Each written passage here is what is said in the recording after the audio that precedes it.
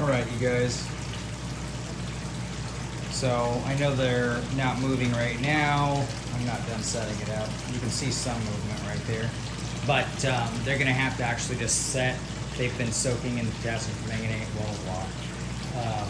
Now they're going to have to sit like this, gain some bacteria. They kind of lose their whole like float they got going on. And as soon as they get a little bit of bacteria built up on there, then they'll start actually churning. I'm going to add some really beefed up air stones, and I'm actually going to buy one of these massive battery powered pumps too. And instead of running all 6 outlets, I'm going to run 2, and that way, no matter what happens ever, even though I have a generator now, I just still. So they'll always have 2 huge air stones just blasting in there. And I'm going to also, as soon as I'm done with that step, I'm going to take and make lids for these and drill holes for them and drop them in so that obviously it's closed. So, but yeah. And the pump that's bringing that up into there, 1,250 gallons an hour. So those actually are supposed to be 23 gallons or 26 gallons each. But I was accounting for this, see how far they're spreading. So I kid you not, that's at least 60 gallons between those two. I mean, they're pretty large, but those with the stretch they did.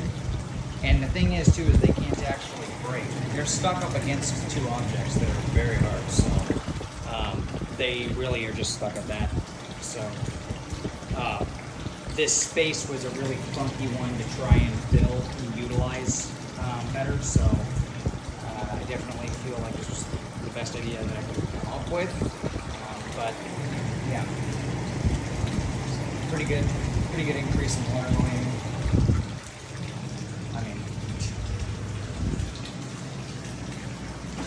Because it was already 608. If it's filled to 2.5 inches, I fill it to 1.5 inches. So I figured that's probably close to 620 gallons, maybe 630. Then that filter right there is actually it holds 10 gallons of water capacity. And then if these are getting about 60-ish, maybe a little more, whatever, doesn't even matter. As you can see now, that's about 700 gallons. So. Doing a really large water change on this though, filling it up. So, yeah, that's that. And I'm feeding these fry a mixture of krill powder that I've sifted through for only the finest particles and egg yolk. There's water in there too. And I just mix it up and then drop it in. Some people say it's really messy, but and I guess maybe if you're overfeeding at one time, it is, but it's actually not bad, and they eat it like crazy. I find it to actually be super viable. They are all the time stuffed, and their growth rates are incredible. I don't really think that the ammonia is a problem, at least with the way that I have it set up. I can very quickly see why it would be a problem if you stuck all your babies in like some small body of water. But that right there is 68 gallons or 65, 67, something like that. Doesn't even matter. And then on top of all of that, it's getting a non-stop exchange from this. So ammonia has actually not been a single problem this entire time with them. With this setup that I have going on here, I'm really trying to advance my upbringing steps to be able to maximize what it is that I'm doing. And I definitely feel like I'm certainly getting on the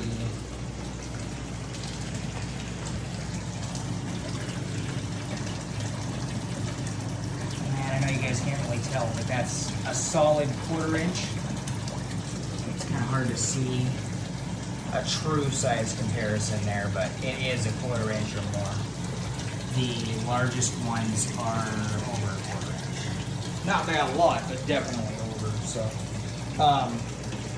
I have been watching and observing these babies, and I know some people don't do any kind of culling at all until they are, a month or a month and a half, and then they begin. For me, it's kind of, what, or get off the pot. So I actually sit out here and I observe them and swimming patterns and stuff like that, and try and assess, their swim bladder, because by this time it is definitely going to be, you're going to see it just fine. So I'll actually watch and yank, because to me, the ones that are faulty, I really don't care. I don't want them screwing my water at all, or even just taking up, space. I don't really care. So me, I would rather just constantly be leading them down, and by the time that they reach the appropriate steps, then be assessing for the other traits. But at first, obviously, if it has any kind of major defects, you're going to see it right away. And you need to be yanking those. So like right now, out of the entire spawn of that one's girlfriend, I say girlfriend, but two very nice Chinese Arandas that I imported. Super large, very, very nice. But anyways, so out of that spawn, granted, I think that next time she will definitely be doing better for me. That is for sure, because I'll have had her for longer too.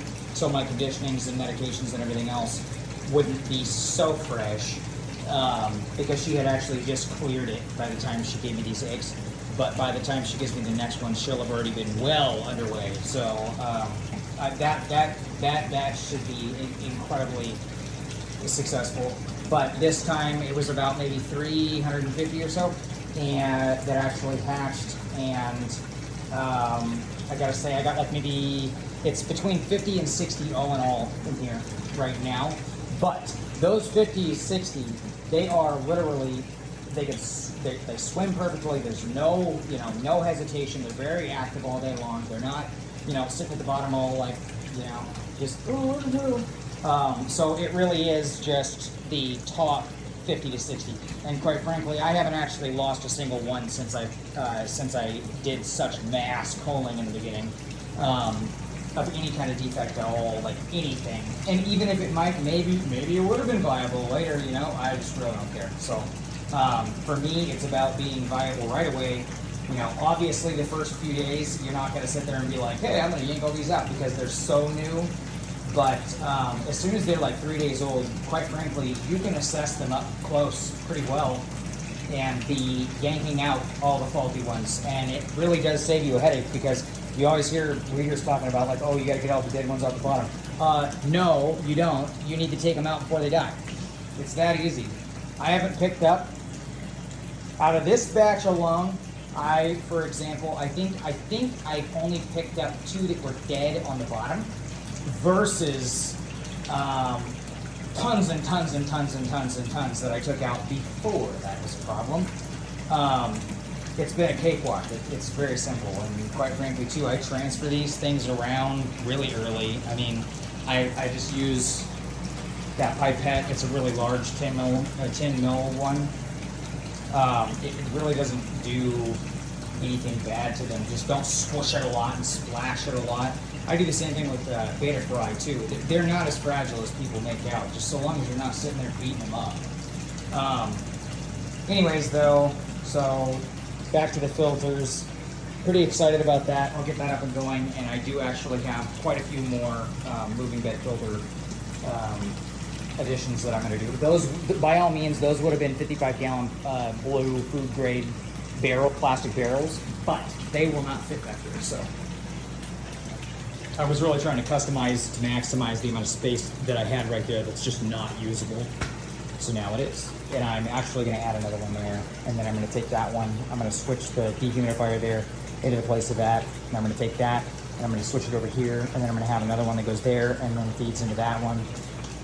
And then I'm going to have a bunch of 55-gallon blue barrels for moving bed filters, like a bunch, for the shack too. And I'm contemplating this really hard. I don't see myself not doing it, but I think right outside the back of this door, I'm gonna run 4 or 6 300-gallon IBC totes that are moving bed filters, and I'm gonna plumb it all coming into here, and I'm gonna essentially, for those ones alone, I'll still run everything else I'm doing, but on top of all of that, I'm actually gonna be zoning in here so that they are all, you know, because obviously me linking up all of this into one thing, that's for one, very stupid, and for two, not very feasible to do anyway, but running a straight up, like, you know, one big system, that's pretty dumb. So, that being said though, I do like the idea of zoning it so that, you know, and for like this one, I would add 300 gallons. That one, I'd add 300 gallons. The shack, I'd add 3 different separate 300 gallons for that one. Plus, I can have the 55-gallon drums too.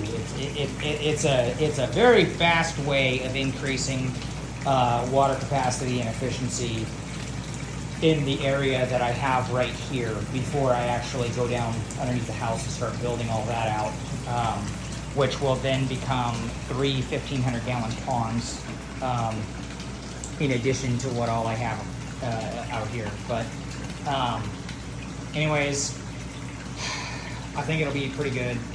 I know it will be, but it's a lot of work and it's a lot of different stages and stuff. But at least everything I'm building now, since Goldfish is actually going to be like my final one and done, I'm not moving now, you know, not shifting from species to species, or, you know, after a few years or whatever, and I'm going to, I'm hunkering down hardcore with this, so, I'm just gonna keep busting away on this. So, yeah. Anyways, I hope you guys all have a good night.